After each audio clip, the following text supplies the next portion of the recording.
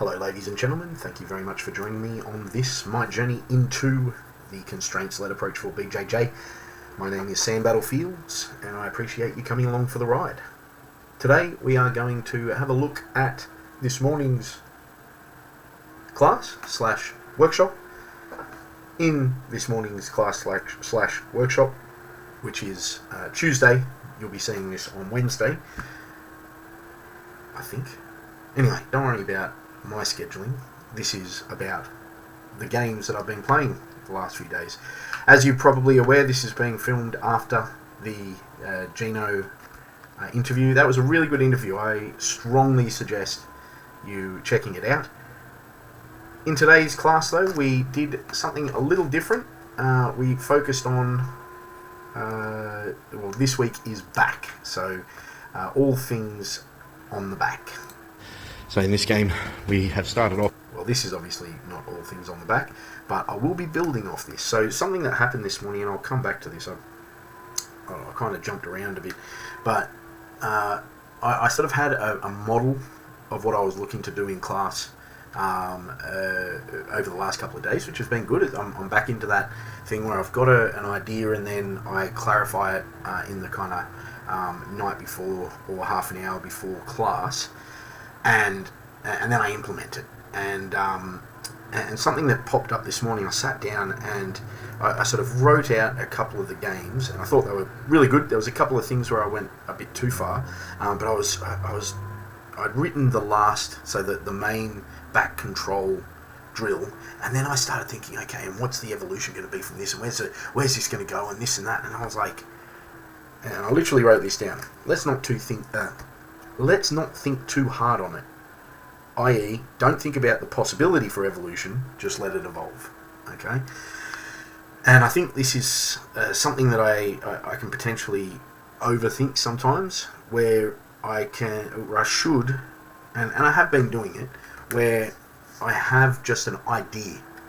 I have an idea for the constraint, and it's got numerous affordances that I kind of think through, but then I start wondering, okay, and what's the secondary game, and what's this, and where am I going to go with this, and how can I, and it's like, just pull it back, alright, because we might get there and there might be 10 people in the class, and I'll, hopefully, and, I'm sitting there and I'm thinking, well, none of that worked, like, I've got to really just focus on this one game, so I pulled it all back, and it was actually really good. Alright, so I'm just going to go through this, and here's one thing that I really noticed, is I breathe really heavily in this, and it's mostly because I've literally just done that exercise, but, it also shows me I'm still unfit, even though I do probably, with no hyperbole, about 1,000 times more effort than I would in a normal IP class, so... Off with the front hand. So in this game we have started off with the front hand, or the forward hand only. So you could basically only jab, but you can switch stances. And with this one, you can basically only use your power hand, but you can switch stances. So I made that description extremely difficult, but essentially the first game that we played, so not this one that was just shown, but the first game we played, you could only use your lead hand, and in the second game you could only use your rear hand. And the affordances that I was, or the emergent behaviours, whatever, the affordances I was looking for was how to, particularly with the first one, how to use feints to set something up, and with the second one as well, but the second one required you to really sort of get in a bit further and that sort of thing. So it was really good for gaining, I'd say, I found that I saw more openings when I was just focused on one thing, because I was like, oh, if I do this, I can actually get them to do this, and so therefore it opened it had an opening for me, which was really cool. I'm going to play around with more of this style constraints for standing. It definitely gets the heart going. I genuinely think, like, maybe not. I do want to throw in more stand-up grappling, but man, the footwork, the openings, all of that are so much clearer now. I think would be a way to look at it. All right. So this game starting half guard with a bit of a underhook. Goal for the person on top is to get chest to chest pin. For the person on the bottom was just to get a.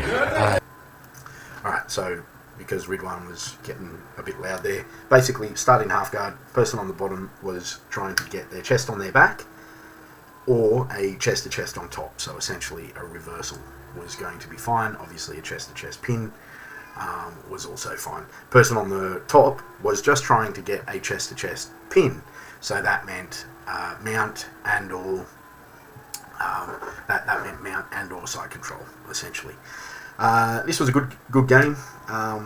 Probably a bit broad in its constraints, but it actually gave me a couple of opportunities. Well, I saw a couple of opportunities for something different, and I'm really enjoying that aspect. It's like, hey, here's something I could try, and then, oh, that didn't work. This is the reason why. Like in my head, oh, that didn't work. You went straight into that. Oh, that's because you weren't controlling this. You know, there's that kind of. I'm talking in riddles here, but for me personally, I'm half guard's my game. Half guard's my jam, man. Like, I fucking love it because, yeah, like it just works for me. I think maybe it's something to do with my size. As soon as I get under someone, I become their center of gravity, and so therefore, you know, they become mine, and they have to overcommit, which allows me to either get out the back or put them on their back. But I saw something today where they'd shut down my two normal options, and there was an option that would have required me to, I noticed it. It would have required me to have done something fairly athletic that I didn't do, and I didn't control something that I should have controlled, if that makes sense. But yeah, the beauty of it now is I can kind of work towards that. It's a little bit like, and I know this is going to sound like bullshit, but it's a little bit like a berimbolo into a leg entanglement. I've tried it a couple of times, and there's just like how other people do it hasn't worked. And what I mean by, like, I'm trying to emulate some of the speedier cats that do it. So, but I think that there's something for me that's just like doggedly hold on to them and still do it. But yeah, it's a bit like that. Anyway, don't worry about that. And then last game. Right, so this game is just got seatbelt. Fucking listen to me. Chest to back. Yeah. Stop it over. So, person on the back, got seatbelt.